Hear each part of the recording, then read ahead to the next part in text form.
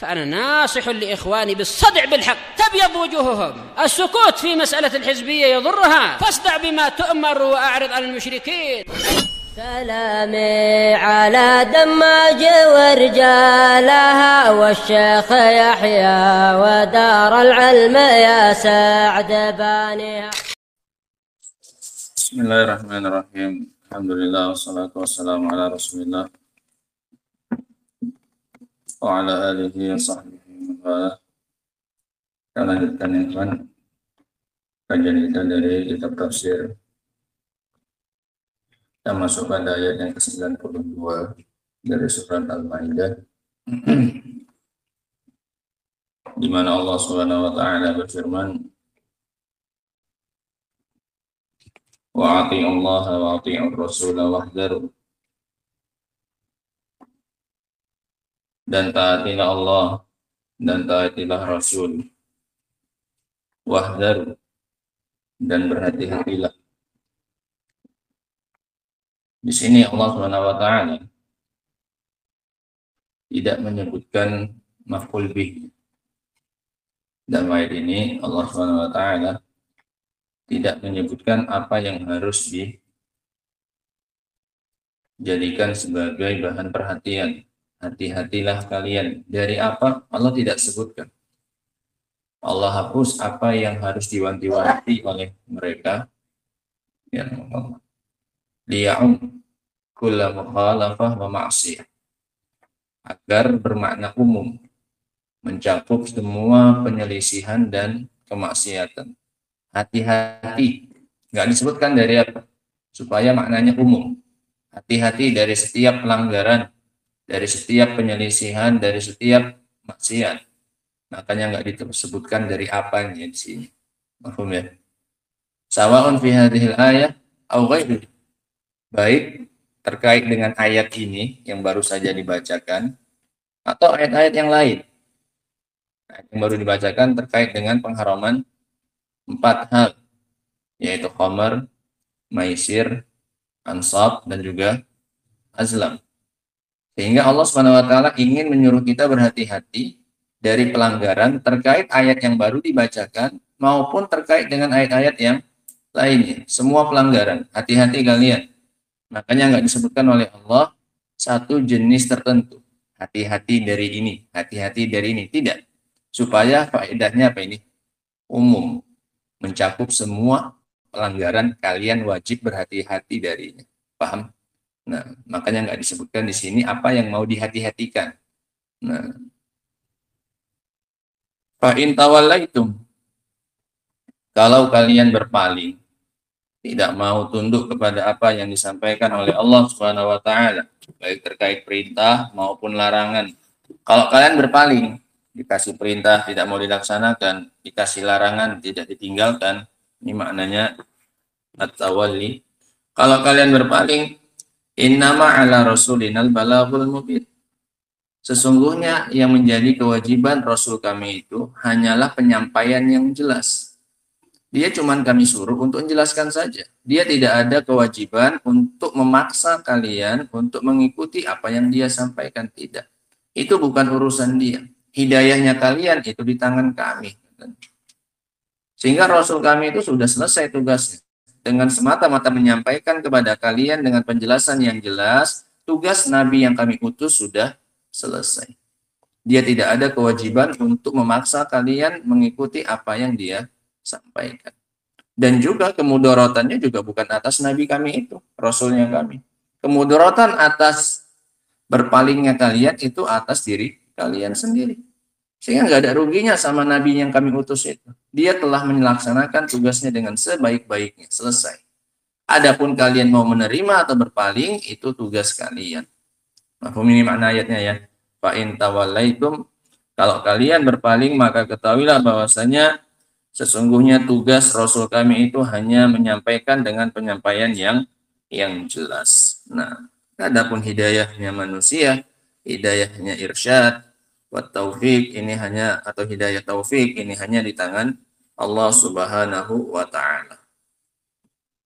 Qala Syekh Abdul Rahman bin Nasir As-Sa'di rahimahullah, ta'atullahi wa ta'atu rasulihi wahidah. Ketaatan kepada Allah dan ketaatan kepada Rasul itu sama. Artinya wahidah, satu. Artinya sama. Faman ata'a Allah faqad ata'a ar-Rasul. Barang siapa yang taat kepada Allah, maka dia telah taat kepada Rasul. Artinya wajib bagi dia untuk mentaati Rasul. Kalau betul dia katanya taat kepada Allah, maka konsekuensinya dia juga taat kepada Rasul alaihi salatu wassalam. Wa man ata'a ar-Rasul faqad ata'a Allah. Barang siapa yang mentaati Rasul, maka dia telah mentaati Allah. Karena Allah yang mengutusnya.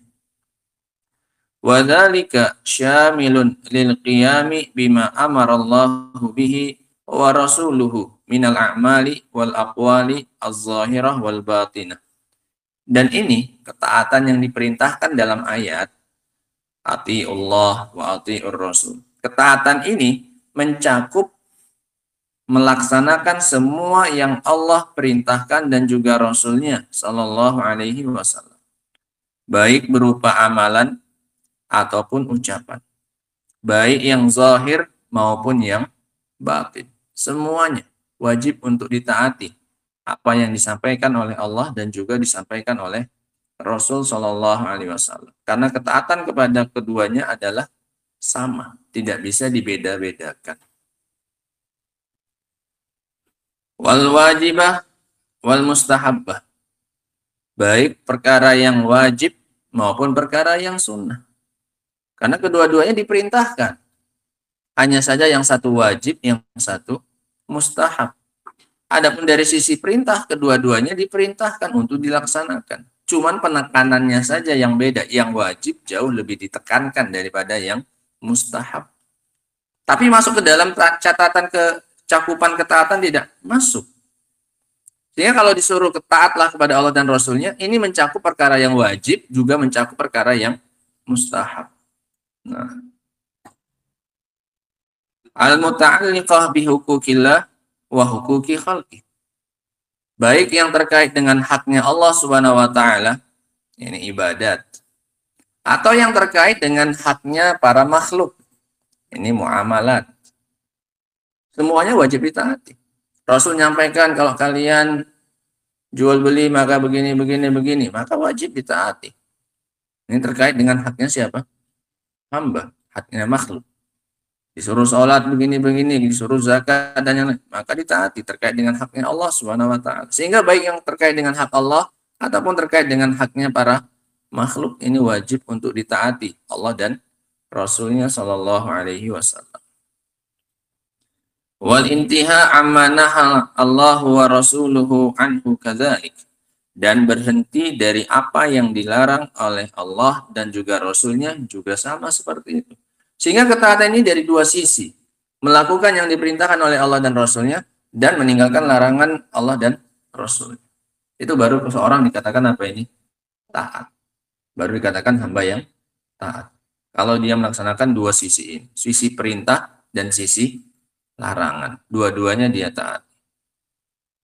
Wahadal amru a'ammu al-awamir. Dan perintah ini adalah perintah yang paling umum. Ya, ini perintah paling umum, mencakup semuanya. Sebagaimana tadi yang disebutkan oleh Syekh Abdurrahman As-Sa'di rahimahullah. Ini perintah yang paling umum. Sehingga kalau ditanya, sebutkan ayat yang perintahnya bersifat paling umum. Mencakup semua perintah. Dan juga mencakup larangan dari semua larangan ayat ini. Wa ati'ullah wa ati'ur rasul. Mencakup semua apa ini? Ketaatan. Baik melaksanakan perintah maupun meninggalkan larangan. Perintahnya pun mencakup yang wajib maupun yang sunnah. Mau yang berupa amal, perbuatan maupun berupa akwal, ucapan. Mau yang zahir, mau yang batin. Mau yang terkait dengan hak Allah, mau yang terkait dengan hak. Ini perintah paling apa?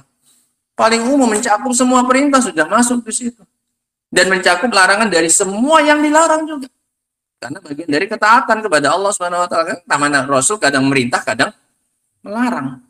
Nah, sehingga kata Syekh As-Sa'di rahimahullah, wa hadzal amru a'ammul awamir. perintah ini adalah perintah yang paling umum dari semua perintah-perintah. Yang lain-lain mungkin babnya cuma sedikit, kecil. Aqimus sholah. Hanya perintah dalam bab apa ini? Sholat. Wa atuz zakah. Ini perintah dalam bab apa? Zakat. Kalau ini perintahnya bersifat apa? Umum. Semuanya masuk ke dalam. Fa innahu kama tara. Karena ayat ini sebagaimana yang kamu lihat tadi. Yadkhulu fihi kullu amrin wa nahyin. Masuk ke dalamnya semua perintah dan larangan. Larangan juga masuk kepadanya, larangan dari yang haram dan dari yang makruh masuk ke dalam. Dari ucapan dan juga dari perbuatan. Mau yang zahir, mau yang nampak. Baik larangannya terkait dengan hak Allah maupun larangan terkait dengan haknya siapa? Makhluk hamba. Sama. Masuk ke dalamnya semua perintah dan larangan. Zahirin wa batinin. Baik yang zahir maupun yang batin. Wa qauluhu. Dan firman Allah Subhanahu wa taala, wahdaru, dan hati-hati. Maknanya hati-hati dari apa? Ai min maksiatillah, dari kemaksiatan kepada Allah, wa maksiati rasulih, dan dari kemaksiatan kepada rasulnya. Dan ini umum. Semuanya. Tidak dibeda-bedakan satu dengan yang lainnya. Fa inna fi dzalika syarr wal khusranul mubin. Karena di dalamnya, dalam kemaksiatan kepada Allah dan rasulnya, terdapat kejelekan dan kerugian yang nyata. Khusran. Fa in tawallaitum, jika kalian berpaling, amma umirtum bihi wa nuhitum anhu. Kalau kalian berpaling dari apa yang kalian diperintahkan dengannya dan dilarang darinya, fa'lamu, maka ketahuilah, innama ala rasulinal balaghul mubin. Yang menjadi kewajiban rasul kami itu hanyalah penyampaian yang jelas. Wa qad adda dzalik, dan dia sudah menunaikan itu dengan baik. Siapanya? Rasulnya. Sudah selesai. Makanya ketika hajatul wada diminta para sahabat itu untuk bersaksi. Ala hal ballaghtu, sudah saya sampaikan atau belum kepada kalian? Qalu bala. Sudah wahai Rasul. Ketika para sahabat bersaksi sudah, maka Rasul pun mengangkat tangannya ke arah atas, Allahumma syhad, Allahumma syhad, Allahumma syhad, kemudian menunjuk ke arah mereka. Ya Allah, saksikan. Mereka tadi sudah ngaku, sudah kasih persaksian bahwasanya saya sudah menyampaikan risalah. Selesai sudah tugas saya. Mereka sebagai apanya? Saksinya. Nah, waqad adda dzalik, dan dia telah menunaikan tugasnya tersebut.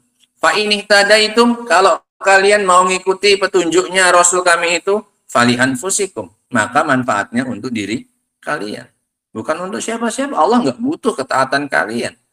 Allah nggak butuh ketaatan kita. Allah nggak butuh ibadahnya kita, ya ikhwan. Kalau kita baik, kalau kita taat, itu murni untuk kebaikan diri sendiri. Jangan pernah bayangkan kita beribadah itu untuk kebutuhan Allah Subhanahu wa taala. Kalau tidak kita ibadahi, nanti dia kenapa-kenapa, nggak ada sama sekali.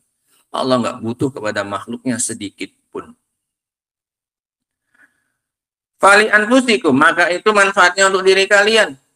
Wa in asatum fa'alaiha, kalau kalian berbuat jelek, isaah, maka itu kemudaratannya untuk diri kalian juga. Tidak akan memudaratkan Allah Subhanahu wa taala sedikit pun. Tidak ada. Mau kalian semuanya hatinya seperti hati Fir'aun sekalipun, hati orang yang paling jahat di dunia sekalipun, Allah tidak mendapatkan kemudaratan dari kemaksiatannya kita. Nah, ala afjari qalbi wahidin minkum. Kalau seandainya kalian hatinya seperti hati orang yang paling fajir, yang paling jahat dari kalian, maka itu tidak akan memudaratkan Allah Subhanahu wa taala sedikit pun, kata Rasul. Wallahu huwallazi yuhasibukum. Allah Subhanahu wa taala yang nanti menghisab kalian, bukan tugasnya nabi kami. Tugasnya nabi kami cuma menyampaikan saja. Nanti hisabnya kalian kepadaku, kata Allah. War rasulu qad addama alaih, dan Rasul SAW telah menunaikan apa yang menjadi tugas beliau. Wa ma hummila bihi, dan apa yang dia dibebankan untuknya. Sudah selesai tugasnya Rasul Shallallahu Alaihi Wasallam. Faedah yang bisa kita ambil ya dari ayat yang singkat namun mencakup ini. Yang pertama adalah kewajiban untuk mentaati Allah Subhanahu wa taala dan juga Rasulnya sallallahu alaihi wasallam. Kewajiban untuk mentaati Allah Subhanahu wa taala dan juga Rasul sallallahu alaihi wa ala alihi wasallam. Wa atiullah wa atiur rasul.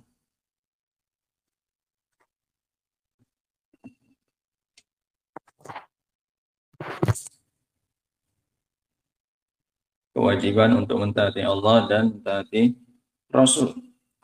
Dari firman Allah Subhanahu wa taala, wa atiullah wa atiur rasul wal aslu fil amri al-wujub, dan hukum asal perintah adalah wajib. Sehingga mentaati Rasul dan mentaati Allah sebelumnya hukumnya adalah wajib. Dan juga setelahnya ada perintah untuk berhati-hati. Wahzaru, hati-hati kalau tidak mau taat. Ancaman ini menunjukkan perintah sebelumnya bersifat wajib. Kalau nggak wajib nggak mungkin diancam. Nah, faedah yang berikutnya,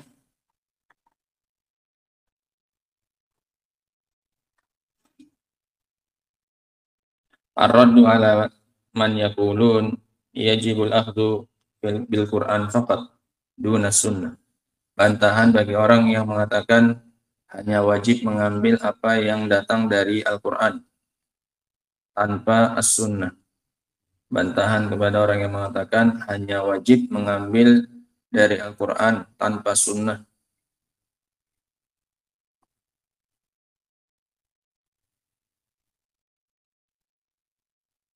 Nah, bantahan bagi yang mengatakan bahwasanya yang wajib hanya mengambil dari Al-Quran tanpa sunnah. Bahkan di sini Allah Subhanahu wa taala mengulangi fiilnya. Wa atiullah wa atiu ar-rasul. Sehingga ini menunjukkan ketaatan kepada Rasul itu adalah taatun mustaqillah. Ketaatan kepada Rasul adalah ketaatan tersendiri. Nah, faedah yang berikutnya, ini bantahan bagi orang-orang Qur'ani yang hanya mau mengambil dari Al-Quran dan tidak mau mengambil dari as-sunnah. Rahula idulal, dan mereka adalah orang-orang sesat. Mana mungkin mereka bisa sholat kalau tidak mengambil dari mana? Dari sunnah. Nggak ada tata cara sholat di dalam Al-Quran. Dari mana? Dari mana mereka membayar zakat? Berapa mau dikeluarkan? Nggak ada keterangannya di dalam Al-Quran. Al-Quran hanya menyampaikan aqimus shalah wa atu az-zakat. Tegakkan sholat dan bayar zakat. Nggak ada tata caranya. Tata caranya dijelaskan oleh Rasul Shallallahu Alaihi Wasallam. Nah, faedah yang berikutnya, at-tahdzir min maksiatillahi wa rasulihi. Peringatan dan ancaman dari memaksiati Allah dan Rasulnya. At-tahdzir min maksiatillahi wa rasulihi. Peringatan dan ancaman dari memaksiati Allah dan juga Rasulnya. Wahdaru, hati-hati. Dan di sini bersifat umum, makanya tidak disebutkan dalam hal apa hati-hatinya. Faedah yang berikutnya, muhimmatur rasul binisbati linnas hiyal balagh. Tugas utama seorang rasul adalah hanya menyampaikan kepada manusia. Tugas utama seorang rasul hanyalah menyampaikan risalah kepada manusia. Adapun hidayah hatinya mereka, maka itu di tangan Allah Subhanahu wa taala, bukan di tangan rasul. Tugas utama seorang rasul adalah menyampaikan risalah kepada manusia.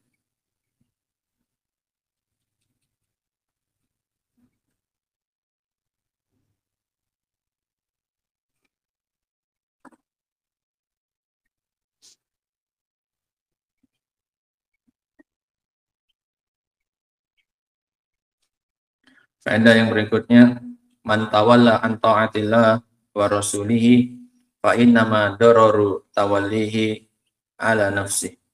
Barang siapa yang berpaling dari ketaatan kepada Allah dan Rasulnya, maka kemudaratannya hanya akan menimpa dirinya sendiri. Barang siapa yang berpaling dari ketaatan kepada Allah dan Rasulnya, fa innama dararu tawallihi wa iradihi ala nafsi, maka kemudaratan berpalingnya hanya untuk dirinya sendiri.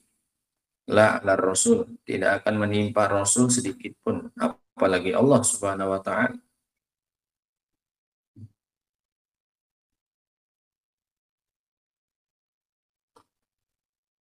Faedah yang berikutnya, tasliyatur rasul ijaha i'radi man a'rada min qaumihi, hiburan buat Rasul sallallahu alaihi wasallam dari pembangkangan orang-orang yang berpaling dari dakwah beliau. Hiburan kepada Rasul sallallahu alaihi wasallam dari berpalingnya orang-orang yang berpaling dari dakwahnya beliau sallallahu alaihi wasallam. Ini hiburan. Innama ala rasulinal balaghul mubin, tugasmu sudah selesai wahai Nabi. Mereka tidak mau, itu tidak menjadi urusanmu. Ini juga hiburan bagi para dai yang dakwahnya ditinggalkan oleh manusia atau sebagian manusia. Maka selagi sang dai tidak melakukan pelanggaran kepada Allah Subhanahu wa taala dan juga penyelisihan kepada Rasul sallallahu alaihi wasallam, maka itu tidak menjadi hal yang pantas untuk disedihkan. Mau kehilangan satu, mau kehilangan semua, itu bukan menjadi soal. Allah Subhanahu wa taala telah menghibur Rasul sallallahu alaihi wasallam dari orang-orang yang berpaling dari dakwahnya.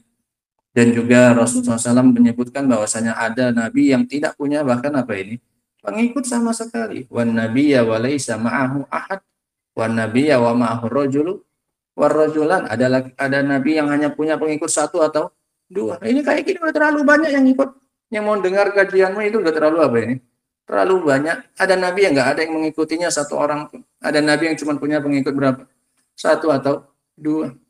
Bahkan imam sekelas Atha saja yang menghadiri majlisnya hanya 8 atau 9. Sekelas Atha imam besar. Nah, sehingga tidak ada yang menjadi yang dirisaukan ketika seorang itu berpaling dari dakwahmu dalam keadaan kamu sudah berusaha semaksimal mungkin untuk tidak menyelisih dakwahnya Rasul sallallahu alaihi wasallam. Nah, dan ini sering dilakukan oleh Allah Subhanahu wa taala untuk menghibur nabinya sallallahu alaihi wasallam dari orang-orang yang berpaling dari menerima dakwahnya beliau sallallahu alaihi wasallam.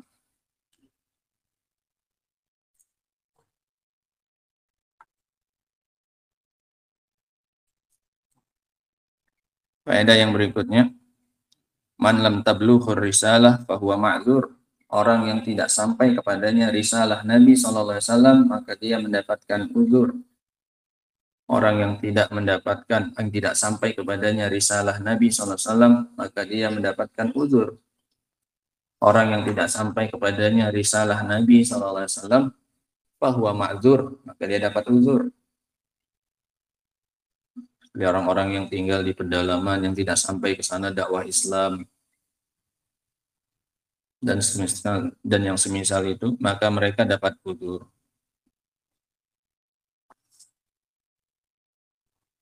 Dan pendapatnya jumhur ulama, orang-orang yang seperti itu nanti di akhirat yumtahanun. Mereka dikasih apa? Imtihan, dikasih ujian. Allah SWT ngasih ujian, kalau lulus mereka ujiannya maka mereka selamat, kalau tidak lulus berarti tidak selamat. Ini menunjukkan keadilan Allah SWT, dikasih ujian baru nanti di akhirat. Nah, karena mereka di dunia belum sampai kepada mereka risalahnya Nabi Shallallahu Alaihi Wasallam. Karena di sini kata Allah, fa'lamu annama ala rasulinal balal. Berarti yang belum sampai maka dapat uzur. Nah, dan pendapatnya jumhur ulama bahwasanya mereka nanti akan diuji oleh Allah Subhanahu wa taala.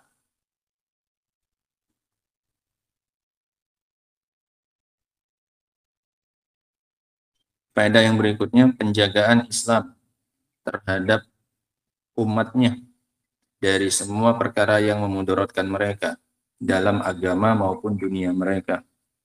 Penjagaan Islam terhadap umatnya dari semua yang memudaratkan mereka dalam agama maupun dunia mereka. Makanya diharamkan oleh Allah Subhanahu wa taala 4 ini diantaranya. Khamar, maisir, ansab, azlam. Ini sebagai bentuk penjagaan dari siapa?